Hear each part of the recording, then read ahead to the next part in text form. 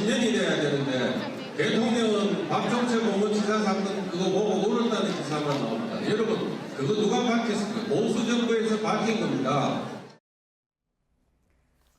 네, 1987년 6월 항쟁이 다시 조명을 받고 있습니다. 전두환 독재 정권에 맞서서 직선제 개헌을 이끌어낸 민주화의 상징이죠. 그 중심에는 박종철 열사가 있었습니다. 그런데 자유한국당 곽상도 의원이 박종철 고문치사 사건은 보수 정부가 밝힌 것이라고 주장했습니다.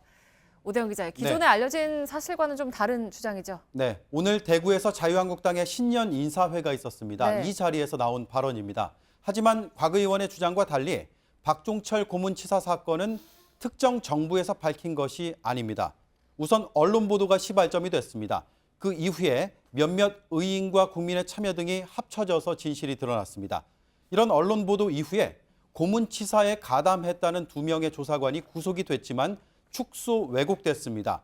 이걸 밝혀낸 건 재야 인사들이었습니다. 네. 2009년에 정부의 진실화해위원회가 발표한 조사 보고서를 보겠습니다.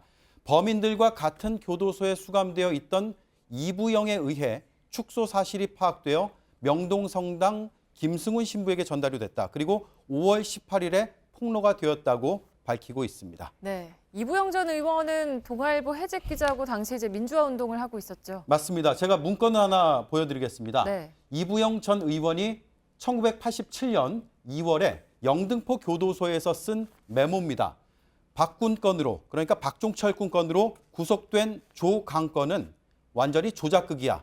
이렇게 말하고 있습니다. 이를 민주화 운동을 하던 김정남에게 보냈습니다. 그 과정에서 영등포 교도소 전현직 교도관 등의 도움으로 외부로 전달이 됐습니다. 네, 그래서 이제 이 외모가 세상에 알려지면서 그 60 민주항쟁이 좀 더 확대된 거잖아요. 네, 이걸 천주교 정의구현사재단 김승훈 신부가 폭로를 했습니다. 네. 사건의 진실은 이처럼 여러 희생과 노력에 의해서 밝혀졌습니다.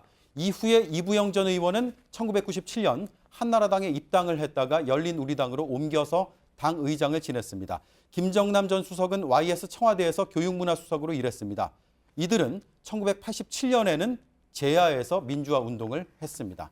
네, 뭐 한나라당이나 YS 청와대 이런 정치적인 이력만으로 박종철 고문치사 사건을 보수 정권에서 밝혔다고 할 수 없는 거 아니겠습니까? 네, 맞습니다. 그리고 이런 진실을 전두환 정권 스스로가 밝혀냈다라는 주장도 일각에서 나오고 있습니다. 네. 그러나 가해 정권이 피해를 규명했다는 주장은 앞뒤가 맞지 않습니다. 박종철 고문치사 사건의 진실은 누가 밝혔느냐라는 논란은 여러 차례 있어 왔습니다. 부검 지휘검사였던 안상수 창원시장도 자신이 은폐를 막은 장본인이라는 주장을 했지만 당시 부장검사였던 최한 변호사가 과장됐다고 반박하는 일도 있었습니다. 네, 팩트체크 오대영 기자였습니다.